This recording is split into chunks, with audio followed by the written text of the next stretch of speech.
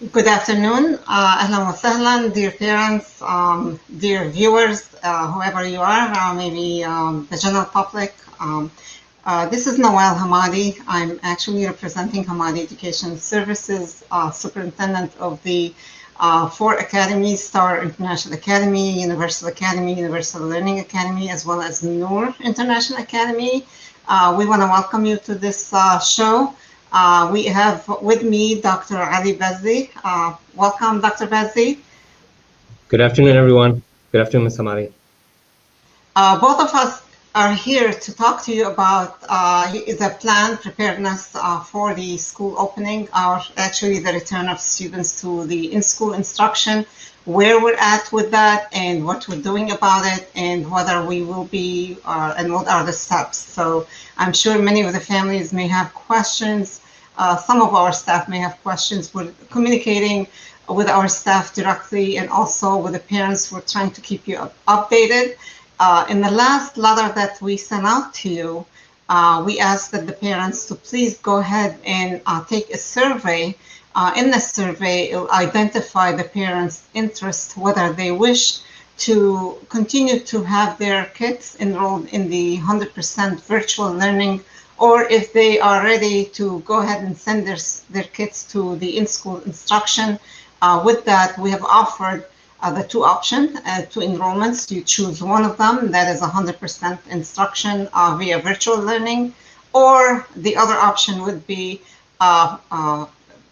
hybrid, which is 4 days of in-school instruction and 1 day of out-of-school instruction, which is virtual. The 4 days would be Monday through Thursday, and the 1 day would be Friday, that would be virtual. So let's look at both options. With the 100% virtual, that means the scheduling continues to be the same as is, where students remain at home. They continue to receive their instruction as scheduled at this point, unless the in-school instruction may impact it a little bit. So we will fine-tweak the schedules to make sure that we're reaching out to all the students and that everybody is receiving fair and square education.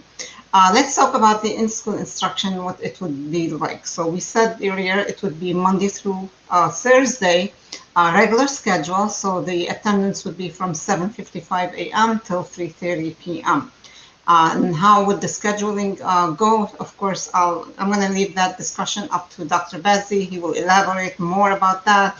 But meanwhile, what we're doing, we are still in the phase of getting feedback from the families. The deadline is actually next Friday, which is February 19th. We will not be able to make any determination or any decision in the interim until we receive all feedback from all families for every child that we have. And so we're looking at the responses. We don't have enough data yet until we finish with the survey. With that said, I do want to say that this was prompted by the discussion that was brought up by the governor.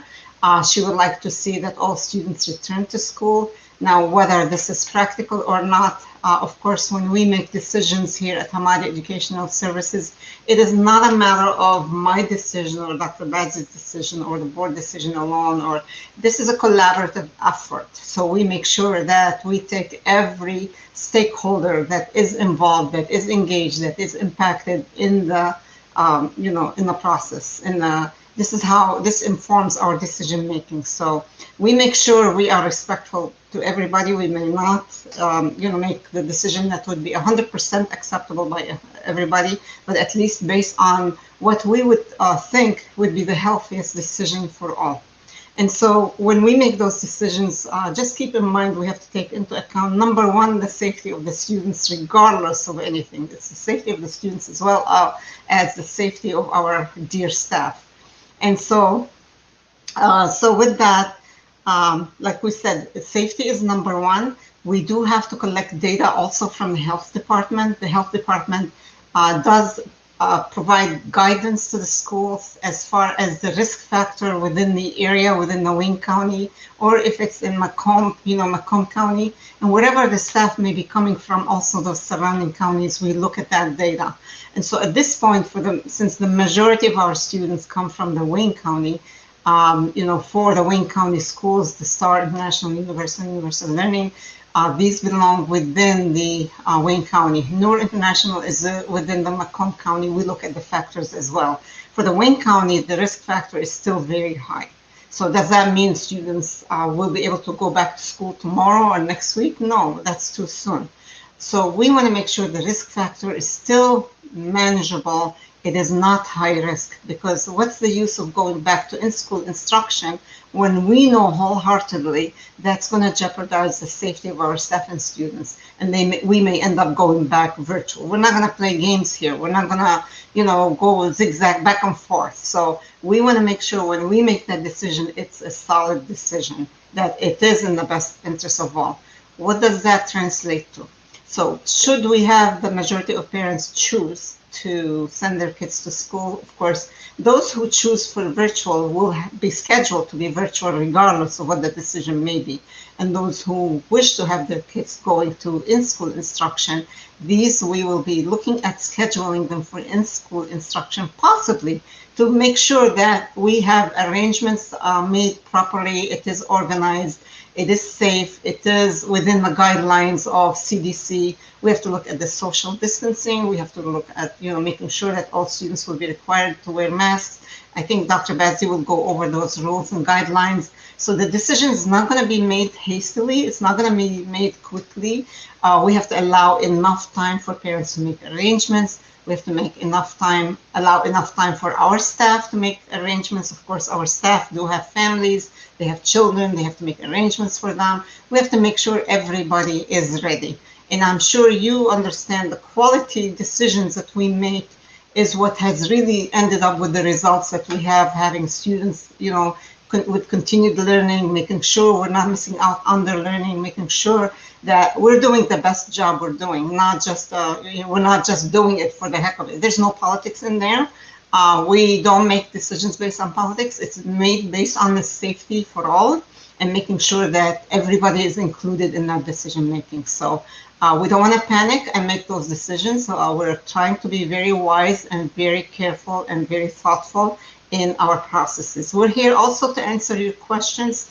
We would be more than happy, Dr. Bazzi and I, we're on top of those things, and we will try to accommodate. If we can't answer your questions today, we may be able to send you a follow-up memo with some of the responses, just in case we get a lot of questions.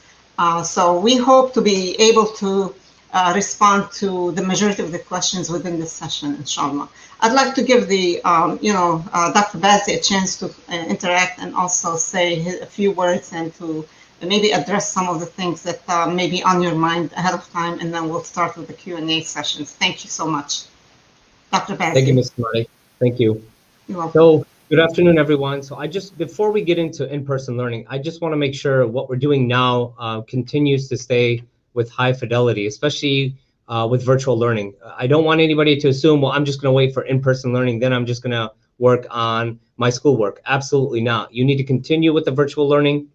We have to applaud all of our teachers and support staff for all the work they're doing. They're working extremely hard beyond school hours to really maintain that pace of each of the units. So kudos to all of them, and thank you for all your hard work. Parents, thank you again for supporting us in all the decisions that we make. And yes, we don't make a decision on our own. We look at all perception data from the parents, from the students, and the staff, and we make one that is safety in mind. As Mrs. Hamadeh alluded to earlier, safety is paramount to any decision that we make, especially in these times. As you know, for students, we switched over to a 60-40 grade scale to help you to stay academically fit and keep you ahead of the game in each of your units. Students, you should be on every single day doing the homework, engaging in that lesson. Now, as Mrs. Hamadeh alluded to earlier, we have a survey sent out, and really the purpose or one of the purpose for today's meeting is to ensure that you complete that survey. That is so important, that we receive your feedback to know whether or not you want to stay virtual, which is 100% okay, and that's totally fine, or if you plan that you want to go back to in person. So once we get all of the survey data back, hopefully on the 19th, the survey will close, no longer taking submissions. We'll segregate the data by grade level and then really start to schedule. We will work with teachers, the building principals, support staff, everyone in trying to schedule and trying to make this work. But again, I know on the memo it says March 22nd, but that is tentative right now. If things, as Ms. Hamadeh said, we're looking at the Wayne County, how many COVID cases, how many deaths, what are we at? As of right now, as of today, Wayne County is still in the dark purple for the levels of COVID incidents. So we also have to take that into consideration. But I just want to walk you through shortly on what it could look like in the classroom. And again, things can change on the spot as we have to adapt to what's happening around us. So in the event, let's say hypothetically, we're in person, do note that in the classroom, students will be 6 feet apart. Students will be required at all times to wear the mask. If students refuse to wear the mask, we cannot keep them in the building due to the safety of their peers along with the staff. So that's very important that they know. Masks will be worn at all times. Students have to stay in their seats. There's going to be very limited social interactions between students. They will be sitting in their seat. They'll have to bring their own water bottle. No sharing of materials. They will have a desk shield in which will need to remain on their desks at all times for the safety, again, of their peers and their teachers. Students will have to bring their Chromebooks. It needs to be fully charged on a day-to-day basis coming in the morning, and like normal temperature checks as we're doing with the WIDA test upon entering in. So these are some of the protocols of what it could look like in the classroom for all students. And we're looking at, as Ms. Hamadeh said earlier, 4-day potentially, but again, that all depends on what the data says, how many are coming in, that could switch. But do note, like, from March through June, there are windows where the state is requiring us to test, that test like PSAT, SAT, ACT, that has to happen in the building. When that does happen, all students will be virtual either that week or 2 weeks, depending on how long we need to test.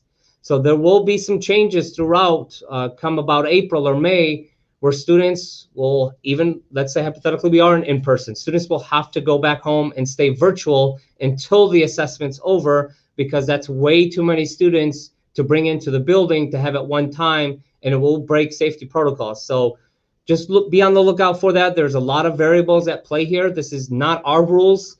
We are following state guidelines. We are also mimicking some of the other schools in terms of what a natural classroom would look like in a COVID situation. So this is nothing we just made up by ourselves, but rather taking all guidelines into consideration. So be on the lookout for that. Hopefully come March, first week of March, we should have a much better perception on what the classrooms could look like. And hopefully Mrs. Hamadeh and I can come back and share with the parents and staff and everyone kind of the collective decisions on what it would look like in the building. Thank you.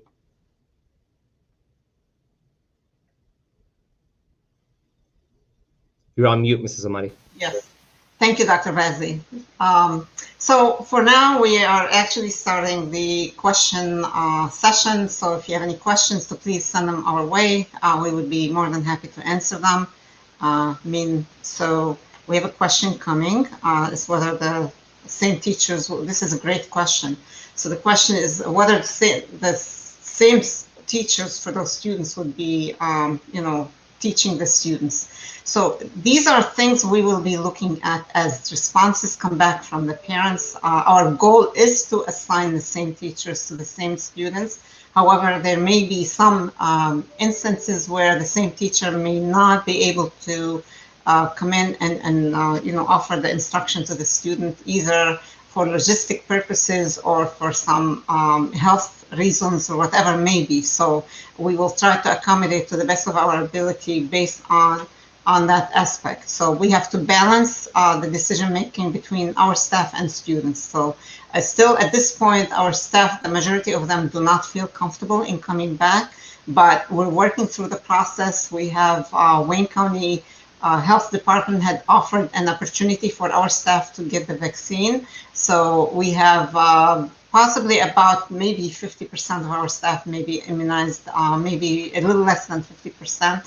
We're shooting to kind of push forward to get as many scheduled based on their option, whatever they opt to.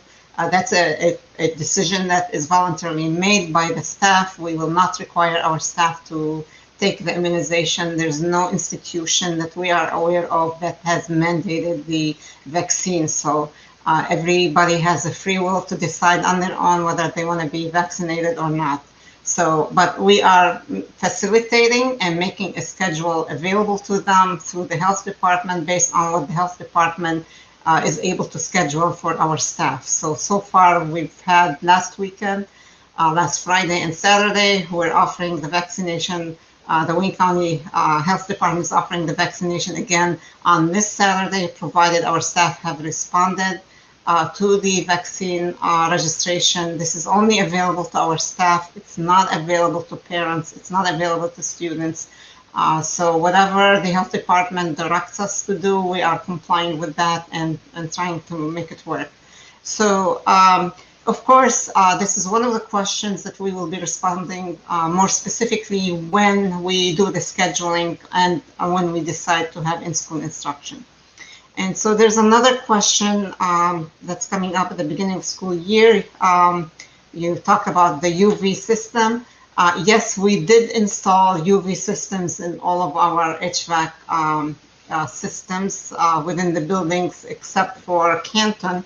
That we will be doing in the coming weeks. So we're scheduling that, it's coming up.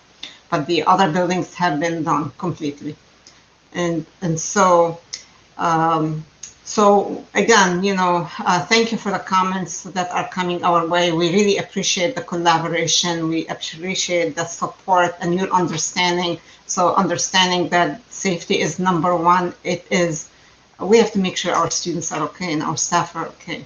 So another question is coming to us that is, as a staff member who has kids studying virtual all year, what should I do in case the school is back in person? We will deal with these situations on one-to-one basis. So make sure to address your question to HR at the time when a decision is made. So that way we will work collaboratively. We'll try to figure out somehow some kind of resolution where it can work within the guidelines, you know, of the employment guidelines and state guidelines, federal guidelines, whatever may work. Okay, it's hard to answer one question not knowing the full details. That's for the staff. And then another question saying, are you going to keep the same schedule? Little kids can't put masks on from 8 to 3:15. The masks are mandatory, not from us, from the state and the health department, because they are mandating, and even from the president himself, President Biden had requested that we mask up for 100 days. So that is everybody, regardless of the age, regardless of the grade level. So it's not an option that we have. Our role is to comply with those requirements. If we don't comply, we would be liable. We would be, you know, penalized for that. So, and we definitely don't want the school to be, you know, kind of flagged for not complying with the health and safety requirements. So I hope you understand that. So if you have a little kid and you can't keep their, you disagree with them being masked all day, so that is a recommendation that that child remains virtual. Are you going to keep the, let's say, the kids, I missed the previous question, if Dr. Ali, Dr. Bazzi, if you read it, you can address that question if you'd like. Yeah, it was, I think it was the same question. It just came up twice. I think you addressed that question. Okay, so next question is about, let's say the kids will be back like in a couple of months, the rest of the months, are they going to continue learning, or is it going to be teach the kids about rules? That's a good question. I don't blame you for asking the question. We all know, especially kindergarten, they need to learn the rules and lots of other stuff.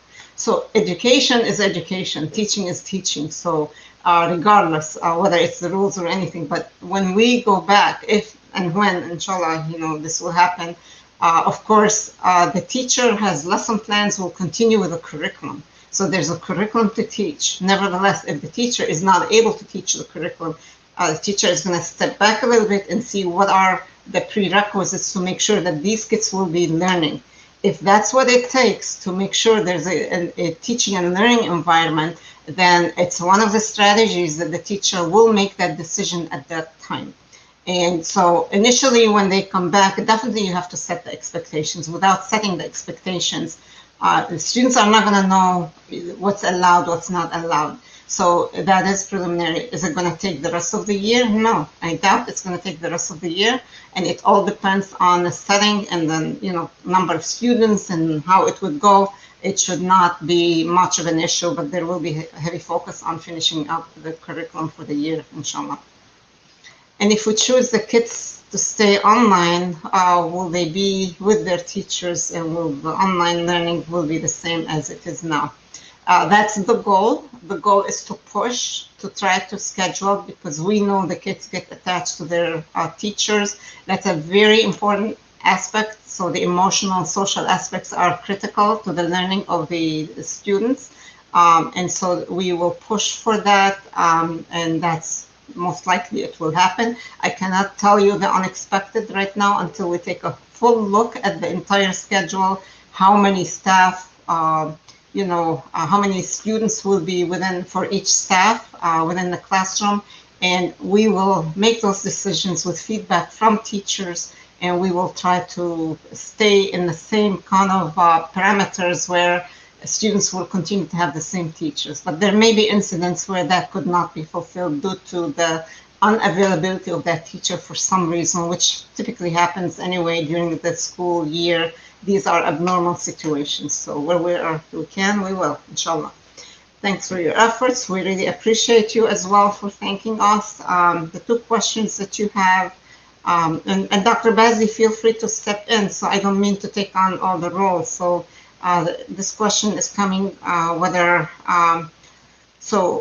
teachers will be live with their students in the class on Zoom, and if the majority choose to go for in-person, how will the safety guidelines be? This is a great question. The first question may be, of course, that's normal, Dr. Bazzi, right? They would be live, the same schedule, similar schedule if it's not. Correct. As of right now, correct, yes. Okay. And as far as if we have more students, that's a great question. This is why we're holding off. We're not going to promise one way or the other way. We're going to take we're going to study, analyze the data. If we have a lot of students who are going to be sent to in-school instruction, we may come up with a creative way of how to make it work. We will reach out to the families and let you know how it may work. So we may have to split the students further. One of the ideas, maybe Dr. Bazzi, do you want to elaborate on that? We talked about that area. Yeah, between groups where we have one group of students go 1 week, and then group B, for example, goes the second week, and then the third week back to group A, fourth week group B. So that could be a possibility. Again, it all is dependent upon this perception data that we get back from parents about their choice. And then at that point, I think we can better answer that question to a more concrete answer. But that is one of the ideas that we're looking into as well. Again, it all depends on the responses, the number of responses, and how it will work with the 6 feet distancing within the classroom. So, yeah, some of you agree that masks and desk shields is too much for the children, but we understand that some families may have some circumstances and they still want to go for it. Yeah, it's not an easy situation, not even for the staff either. So. Yeah. And if the student has a shield at their desk, do they still? Yeah, they still have to wear a mask. The shield is not enough. The mask is required. The shield is not required. We put the shield as an extra step to kind of promote additional layer of safety for your kids. So, and thank you for thanking us. We are here for you. We are here for your kids. That's our job. And, making sure your kids are safety. I have to share with you, something, I know the students have been coming in for WIDA testing. Some of the students, many of the students in large numbers. So we've been scheduling them in ways where it is not a huge deal from a safety perspective. We've followed all the measures that we have mentioned earlier. Dr. Bazzi mentioned them. This is what we would follow, and that's what we have been following. And so even with that, sometimes families don't know their child may be positive. They send their child So we've had an incident where a child was sent and the parent didn't know, they didn't know till after the child was tested. By then we had to send notices to all the parents and so forth. So there will be exposure. So the more interaction, the more exposure. So do expect that. So when parents make their decision which way they're going to enroll their kids, you need to make them based on the data that we have. Hopefully what we're sharing with you will help you make an informed decision, not just any decision. So knowing what the circumstances will be. So there will be more interaction, more exposure. There will be masks worn. It's not an option that we have. We have to implement the guidelines and the requirements. And so just be ready, be prepared. So it is what it is. Everybody would like to see the students. So believe me, it has not been as fun for any of us, all the staff. We would love to see the students in the school. Practically speaking, it is not the ultimate best solution at this point, and still not yet. But we're trying to study and prepare and plan for the future. So when it's safer to go back, we would be ready. So it doesn't mean we're going to be ready by the end of this month. No. So we're taking our time to make sure it is the right decision. When we make it, it's something you will be pleased with and we won't regret it. So, and how will safety work if you're a parent and you're worried about how safety will be for students allowed to use the bathroom, etc. So we have really done the full force preparation. From the bathrooms will be sanitized, our staff will be on board. They're, every time those bathrooms are used, they're going to continue to go in. There's every 4 hours the classrooms will be also sanitized. We have those machines. Our maintenance staff, they carry them on their back. They go spray the classrooms. Students have to be out of the classrooms during that time for 5 minutes at least. And then when they're allowed to go back in the classroom, there will be a schedule for that to be done to make sure there's constant sanitization. Also, each classroom is equipped with sanitization solution. So that way desks are wiped, whatever the students touch are wiped routinely. And then, students, as far as the water fountains, so we have disabled the water fountains. Instead, we have bottle fillers. So every student will be asked to bring their own bottle. They can fill it and drink accordingly, so no one will touch anything that's being touched by someone else. So, and these will continuously be sanitized during the day. Are we going to the gym in the classrooms? Good question. That's not the intention. So students will not be moved from class to class overall. They will remain in their classrooms. For gym, yeah, they will be going to the gymnasium. So that's an exception. The gym is rather wide and it is practical for them to be in the gym. Now, we make sure also, again, the social distancing is in place and the kind of activities are trying to the best of our abilities to make sure there is no contact, but there may be some contact at some point, but students will be required to have their masks on regardless. Can we make it like 4 hours a day? Dr. Bazzi, I think this question is for you. I mean, the students would love you for that. I'm sure, but I don't know that I'm going to be the guinea pig here. But again, this all depends on the data. We can't tell you what the day is going to look like until we know how many want to come back, right? If only 10 are coming back, I mean, it's going to change how the schedule looks like then, let's say 300 or even 600. So it's hard to tell. Do note that we do have to abide by ISD guidelines in terms of minutes and days of school. So that's still in contentions, even though that we're online. So that hasn't gone away. But I mean, we're going to look at everything. Once we have that data, we can let you know what the day and the week would look like, really, because we will make an informed decision based upon what we have. So the question here, go ahead if you want to answer that, Dr. Bazzi. Well, I was just saying, I mean, for masks, it's everyone, kindergarten through whoever comes to the building, they have to have their masks on. And then in terms of lunch, again, it all depends on how many are coming to the building. Lunch might be in the classroom, and they may not leave the classroom, where they just sitting on their desk. They have the shields next to them. They can take off their mask to eat. When they're not eating, they put the mask back on. So that could very well be the case for lunch. Go ahead, Ms. Bonnie. Yeah, I do want to add, just so we are answering this question for many of the parents who may have the same question. So the requirement is for pre-K through 12 for the students to wear the mask. Before, initially, it was elementary in the classroom they don't have to, but now it looks like they have to in the classroom. They have to wear the mask pre-K through 12 all day. So if we come back all day, that's how it's going to be, except for lunchtime. The only exception is if a student has a health issue, that will be an excusable, situation. But then the shield is going to be there, and the social distancing and so forth. So, all right, and then we would require a medical report to excuse the student from wearing the mask. How will classes larger than theory plus students going to be handled? There will not be classes with that size, trust me. So Yeah. we will not bring those students in. We'll have to split them or somehow making sure that there is that setting where it's safe and their students are distant from each other.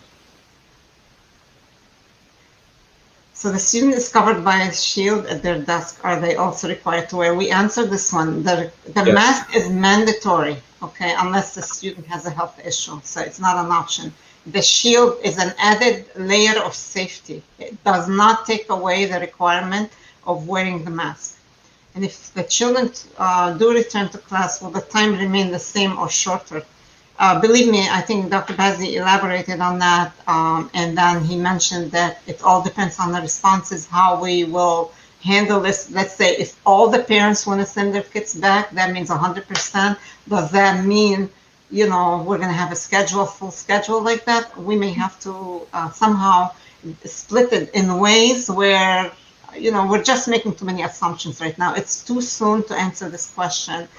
So we're looking at smaller size classrooms, okay, that's what we're looking at, and safe classrooms, that's number one.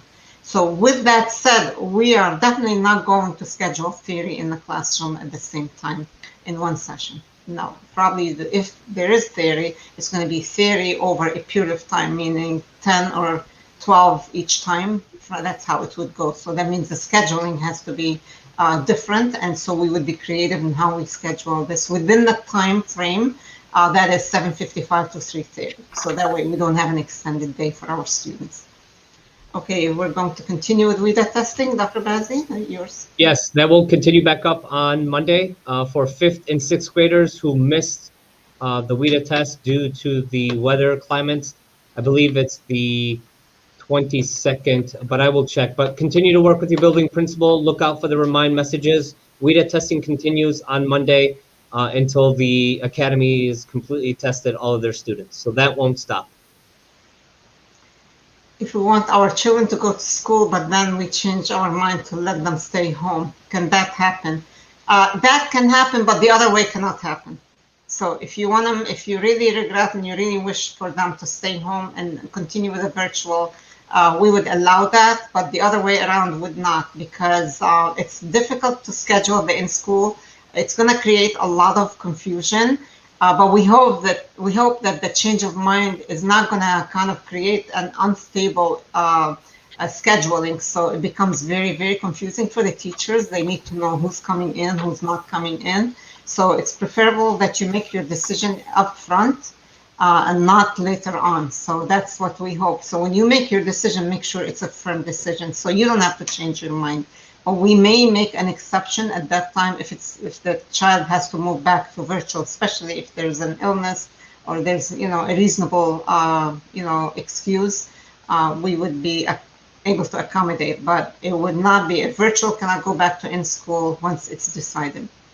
What if a lot of students are coming back and social distancing cannot be applied? Are you going to group them?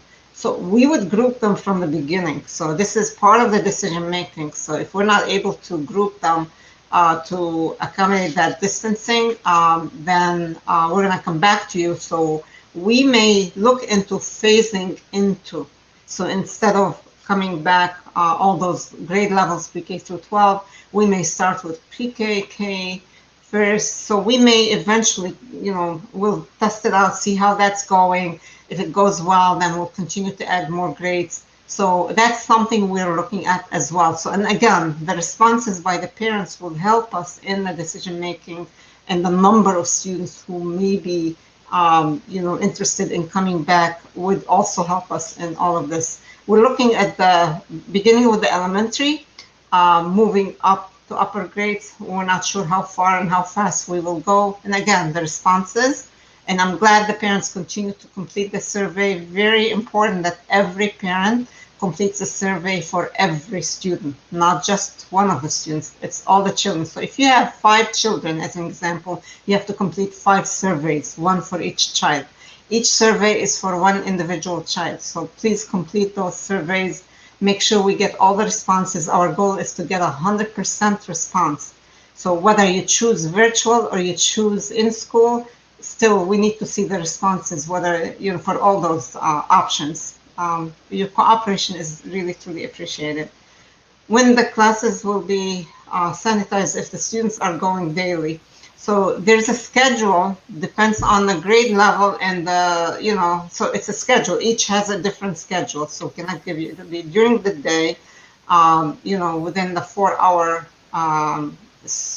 timeline. So hopefully we're able to answer all your questions.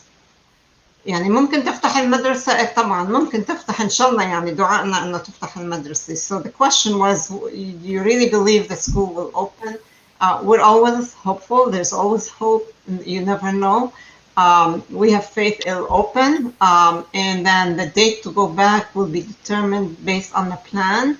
And again, the responses. So we're going to get back with you as soon as possible. We're working collaboratively with the principals that we have, and the principals are working collaboratively with the teachers. So we're going to get feedback from everybody. So to make sure we're all ready and everybody has a buy-in into, the right things to do. So the teachers love their kids. They miss them truly quite a bit. We all miss them. We all want to go back. We can't wait to see the students. The only thing is we don't want to be emotional about it. We have to be wise. We have to make sure it is safe. We're not jeopardizing anybody's safety and health. It is a serious issue that we have. Corona is a pandemic.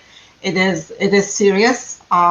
So we're taking it very seriously. So we will be, thinking of everyone and working with everyone to make sure it's the right thing to do. Are they thinking of extending the school year? There's a discussion at the state level.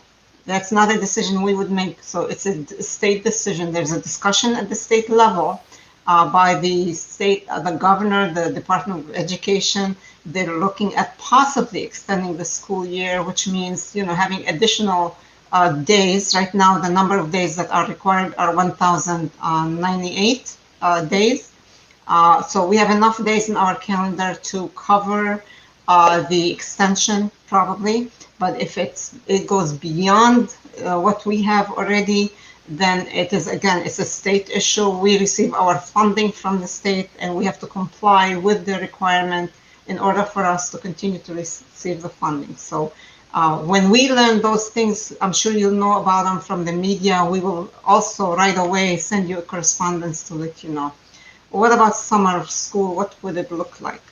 So we're taking it one step at a time. Right now we have the after school program. It's virtual. And then when we get to June, so we will have a better idea as to what it looks like. More people will be vaccinated. Businesses are returning to normal, semi-normal. I can't say 100% normal. So summer school will follow the environment that we would be in at that time, which means if it's sunny, we'll walk in a sunny day. If it's rainy, we'll walk in a rainy day. So it'll be based on the situation, the safety situation at the time. So our goal is to try to be in school as much as possible and phase into it and be ready for the fall.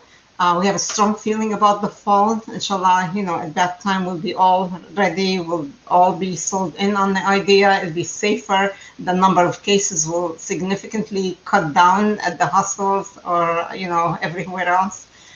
So again, we don't control all the factors. We look at the safety guidelines. We look at the factors and make decisions accordingly. And so hopefully, I wish I can have an answer for you to tell you yes and no. we don't have all the answers. The situation continues to be fluid. We are in an unprecedented times right now, and we continue to make decisions based on the new developments and new guidelines. Will there be MSTEP? If yes, what about the kids online? How will they test? Dr. Bazzi, please. Yep. So as of right now, yes, MSTEP is a go. Whether or not it's going to be virtual is still to be determined. I believe it will be a virtual, but again, last year, if you remember, they canceled the test because they couldn't convert it to a remote test. On top of that, the COVID-19 was fairly new at the time. But again, as of right now, the state has scheduled us to take MSTEP for the lower elementary and upper elementary through middle school. How will that test? Again, we're still waiting for state guidelines in terms of what that would look like. They have not released that. WIDA, as you all know, is continuing to happen in school because WIDA wasn't transferred over to a online digital format, hence why the students are coming to school. Is that the case for MSTEP? It's still to be determined. We have no further information at this point other than the fact that the kids are scheduled to test. I am going to say here, families who are aware that their children may be positive, even though we have testing, please do not send them to the school if they are positive. So I'm sure there are exceptions to the rule, and we don't want to have exposure to anybody, and the kids will not do well if they're not feeling good. Even if they may be feeling good, it's important to be concerned about the safety of others. Please do not send your kids, whether they're testing WIDA or MSTEP or whatever test may be, if they are positive, COVID-19 positive. Thank you. How will the students have lunch? Good question. The usual, during lunch, masking is not required. However, we will space them. So some may be in the classroom, some may be in the lunchroom. So that's how it would be. Lunch will come to them in the classroom if they are served lunches in the classroom, with students being distanced from each other, safely distanced. And the same will be in the cafeteria. Students will be safely distanced. So most likely we would have a combination between both, depends. So if the classroom has, let's say 12, that's a good size out of, the room. It depends. Most of the rooms are large. Some rooms may be smaller than others. So all of these factors will be taken into consideration. I hope this kind of gave you the response. What about Arabic classes? Some classes, they switch levels. Yes, I agree with that. So at that time, again, we'll be looking at the scheduling. I'm not going to kind of give you a definite yes, no, or this way or the other way. The numbers determine, and then we'll look at the students, which levels they're in and all that. So we'll be able to make those schedules accordingly. Yeah. There may be some movements, like the gym is one example, but the movements would have to be, strategic, and not cause jams in the hallway and students bumping into each other. That's very important. Did you install the UV lights at Noor? Yes, they were installed at Noor. We're happy to say that Noor is totally safe from that perspective. But does that mean all the students should be back in? No, but we would accommodate the smaller numbers to make sure we have that social distancing in place. Safety is all, accommodated. What about restrooms? How we can control that flow? So I think, Dr. Bazzi, you probably have that answer. Any person that goes in would have to be tracked, because if in the event, heaven forbid, something happened where we found out that child had COVID, we have to do contact tracing at that point, which is a daunting task in itself. It sounds daunting, but it really is. To where we would have to track who went into the bathroom, and then identify those parents of the students that went before him and after him if we didn't catch it in time. So again, there will be, depending upon the number of students, which we want to keep small, the student will have to sign up that they're going to the restroom, come back out. The 4-hour window still applies to the bathroom as well, where that room will need to be sanitized and sprayed. So we have a way of contact tracing it from the time a person goes to the restroom and return. So each teacher will have like a sign up form where they sign up to leave to use the restroom. So another great questions. Keep sending those questions. We really value that. So will the school offer online and in-person options in the fall? So generally, the state does not allow online instruction unless we have that as an elective and the student is signed up for the elective, particularly at the high school, and that is within the course offerings that we have for our students. So, but the state generally does not have licenses for online instruction for the traditional schools that are currently operating traditional school option, unless they're licensed to also offer online classes. So there will be limited online only if that elective is within the course offerings that we have that is offered online. But no, like let's say you're elementary, middle school, whatever it is, and high school, and you're assigned to take English 9 or English 10, English 11. These required classes are not online, okay? And so all required classes will be a regular instruction. Unless we continue and the state continues to authorize virtual learning. If the state continues to authorize virtual learning, then yeah, we would take that option at any time. So I heard that we won't be going from class to class and we're going to stay in one class. Is that true? So the goal here is to minimize the contact and to control the spread of corona. That's the goal. And if that's what it takes, that's what we will do. So, and I'm definitely, it's to the best interest of the students and the staff and all who are involved. We want to make sure it is a safe environment for you all. And going from class to class creates a lot of confusion. So let's say if there's a case, contagious case, corona case in one class, when you're moving to many classes, you're exposing many more number of students and staff to coronavirus, while if you're in one class, it's controlled within that classroom. So you can see, instead of spreading it to 10 or 12, you're going to be spreading it to 100. So it is not wise to move from class to class. So I hope you understand the reasoning behind it. Thank you for asking the question. I know it's early to tell, but in the fall, will it be mandatory to send them, or it depends on the data still? It'll be mandatory to send students to school if the state announces that all schools must go back to their buildings. But if the state allows virtual and allows the schools to give options, we would maximize the options for the parents. Sports. Dr. Bazzi, it's on you. All right. Listen, I would love nothing more than to get back on that football field and start up again. As of right now, we're doing it a month-to-month decision. You saw what happened with MHSAA. Winter sports were supposed to happen in November, and they just started about a week ago, or starting up, I should say. So honestly, as of this point, based upon all the feedback we've gathered, winter sports will not happen. We're looking into the spring, see what happens in the spring. As we said, we're going to take it semester by semester to see how the COVID numbers are, how many deaths, looking into the county to see if it's safe to return. I think right now our number one concern or angle is to see if we can get students back into school. At that point, then we'll start to think about athletics. But as far as winter sports, it has been canceled. We're looking into the spring to see maybe if we can have spring sports. So there was a part of the question. So yeah, if let's say we do go back to sports, we don't see it at this point, but if we do, and those who are learning virtually, will they be allowed to participate? They would be allowed. They would be given equal opportunity. But we don't see us offering sports at this time based on the data that the state has. So it would not be healthy. It would not be safe.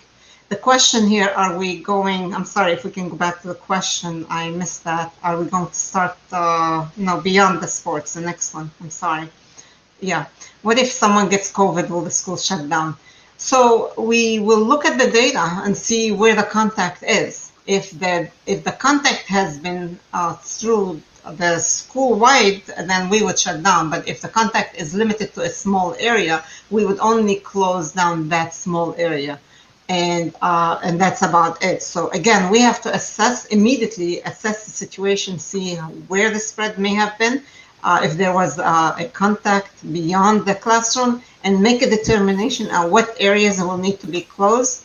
And if it's a school-wide, it becomes a school-wide. So we have to, decision. A case doesn't mean the whole school will shut down. No. What day is it estimated to be in school if that is the case? So we said Monday through Thursday if we have in-school instruction, and Friday would be all virtual. And for the students who are taking virtual, it will be Monday through Friday, all virtual. So we really thank you so much. We thank you as well. We're all in it together. Just remember, it's all about everyone's safety. We want to wish you the best of health. Stay safe. Keep those kids on track with their studies, and we don't want them to fall behind at all. Thank you, Imam Elahi, for your support, and thank you for all the parents for, continuously believing in us and believing in our team of staff. We have an amazing team everywhere. Can't thank everybody enough. All of our staff, they're amazing. And thanks to the parents. What if my child is sick, but can he follow online? Yes, if the doctor and if the child feels well enough to follow through online, definitely we would facilitate that. The access is there. It's up to the child, to the parent to let the child go on. Depends on the situation, how critically ill or not critically ill. And again, it's up to the parent. Thank you. Thank you so much for the commendation. We really appreciate your support. Our staff has done a phenomenal job. Dr. Bazzi, I want to congratulate him loud and clear. He finished his PhD. We're so proud of him. And that's just adding more scholarly and thoughtful, quality to the programs that we offer. And I'm sure he's going to make a huge difference beyond that. And he's been making a big difference. Can't thank him enough. Can't thank everybody who is a part of HES and the schools that we have. So what about pickup and drop off? So good question again. So and specific instructions will be provided on the pickup and the drop off. Each building is different, has a different guideline and different logistics. So that you will receive from the principal if we have in-school instruction and when we have in-school instruction. So definitely parents will not be allowed in the building. That's a rule, because the less numbers you have in the building, the less exposure we have to everybody. And we do have thermometers are set up. They're digital, non-touch face recognition thermometers. They're really, nobody has to be close to the child and or to staff to take a temperature. It's all automatic. The child faces the screen and takes the temperature. There will be an adult across distant away, and will, when the child is cleared by the machine, it will clear the child, and then the child can go. And the same with the adults. But parents will not be allowed in the building in the interest of everybody's safety. However, if the parents have concerns and they need to meet with someone, they need to schedule that ahead of time. And when it's scheduled, it'll be scheduled during a non-instruction time unless the meeting is with an adult administrator, and then a minimum number can be scheduled, so to ensure social distancing and all that. So will the small kids enter the playground? There will be no playground in the beginning, and so we're going to play it by ears, like they say, and making sure it's safe and sound. And if the students need to use the playground, that's something that will be determined later on, not immediately.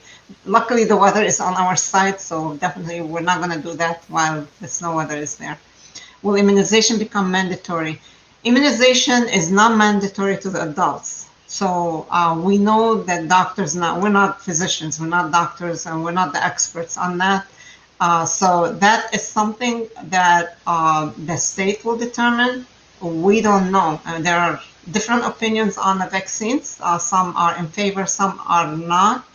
And we hope it doesn't become mandatory, not for any reason, because we don't have enough details about the vaccine. We don't have enough details about the corona either. So that's all in the studies. Even hospitals have not mandated their teams to take the shots. And so we're not able to offer mandates. We're not the experts. But for the children, that's up to the state. It's not up to us, and up to the feds, up to the experts, the medical experts. What would recess look like for elementary schools? Recess doesn't necessarily have to be outside. It could be inside, and again, a number of ways of having recess, and that's part of the instructional strategies that our team has been prepared and trained to do. So they can do it in many different ways. So there will be activities where there's not close proximity, within fair proximity, not too close to cause any harm to the students. What about middle and high schoolers that have to keep switching classes because of differences in electives yeah, we will take all of that into account as we look into the decision whether to have in school or not in school, and how we will be able to handle it. It has to work. Whatever scheduling that we will be doing, it would have to be practical, and it would have to make sense. So these will be answered later as things become more clear to all of us, and as the staff begin to do the scheduling, then we'll be able to answer, and we will share those answers with all the families. If we're going back to school, can people still be online? So we did answer that. Yeah, the Chromebooks have been distributed. Okay, so the curriculum is digital at this time. So there will be classes online within the school building, within the instruction, within the teachers, use. It's to be determined by the teacher within the scope of the curriculum and within the scope of the mandates that come to us from the state. So some will be online, some will be. The online is not really the virtual that we're looking at. That means you're not taking them from home. This online is from the classroom, meaning the teacher is with you and is asking you to look at this. It's sort of like a computer lab work or something like that from that perspective. This is one of the strategies, and teachers have become very skilled at it. So, but some work may not be online, some work will be online.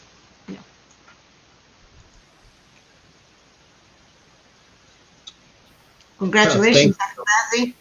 Thank you. So, while you guys are listening in and asking questions, please, we need that survey data completed. So if you haven't done so, or even that you thought this through, now that you have some of your questions answered, please submit the survey. We do need that data so we can better plan and be ready for what's to come if we decide to go back to in-person learning. So please make sure, if you haven't done so already, go ahead, log in. I know the survey data was sent out, or the link, I should say, was sent out. Please go ahead and log in. You can do it now and complete for each of your child, as Ms. Hamadeh alluded to earlier, so we have a better, accurate amount of who's interested in coming back to in-person and who wants to remain online. And there's nothing wrong with staying online. Don't misunderstand. Either way, whatever your preference is your preference. So I want to thank Dr. Emil for asking this question. So wouldn't it be better to take core classes in school and then the electives virtual? So there's no preference one way or the other. It all depends on the elective, what kind it is. And some electives may be better virtual, some electives may be better in person. Like if you're taking an elective in social sciences, as an example, some students are more visual. Like I am visual, I prefer to touch and feel and see and all that. So then again, and each child is different, so our learning styles are so different. It is not the subject that determines what is really better, what's not, it's the learning style. And usually teachers vary their instructional strategies and their styles to reach every child. So they, within the same core subject, they will, offer different ways to reach every child. And the same with the electives. So the elective is treated the same way as the core subject because that's a requirement. But then the state, not every elective can be virtual, can be offered virtual. So like some of the electives, good example as to how they could be virtual. Some, we have college credit that is offered at the at the high school level. So the college credit that the student may opt for may be offered virtual through the university. So that is, again, a university policy, however it's offered. And some may be offered by us as an elective, and we may not offer them virtual. So it depends on the choice of the students, which classes they're electing. So, and they get credit through us, and that's how it gets added to their transcript. So, and I think that gives you kind of an overall picture of how things may work. So, will the student who is using virtual learning and in school will have the same hour of learning with the same teacher? So again, we're looking at scheduling, depends on the number of students and the number of staff, and who is, how the scheduling is going to work. So our goal is to have the same teacher, and students are not going to be on a line all hour, so we'll split it. So this is one of the creative ways that we're looking at as to how, and the teachers have to be a part of that decision. So they are the ones in the field who are involved in the instruction. We're getting feedback from them. We'll look at the best way to schedule students and staff so we can conclude and come back to you and say, this is what we're going to offer. Our goal, again, is to get all the surveys from you, and then we'll be analyzing the data. We'll come back to you with the responses. And I want to thank everybody for being with us and for all your questions. And we look forward to further communicating with you and to continuing to hear back from you with feedback. Thank you, and assalamu alaikum. Thank you, Ms. Hamadeh, and thank you, Dr. Bazzi. We have answered most of the questions, and dear parents, for the questions that have been answered previously, you will feel free to watch the episode again as we end the broadcast. It will be posted immediately at all the social media of the schools, YouTube channels, and Facebook accounts. So feel free to rewatch it to see many of the answers that were answered. If for any reason you can't find the answer to your question, feel free to contact the school at any time. Thank you and have a great weekend. And again, happy Black History Month. We will end with this video and have a great weekend. Thank you.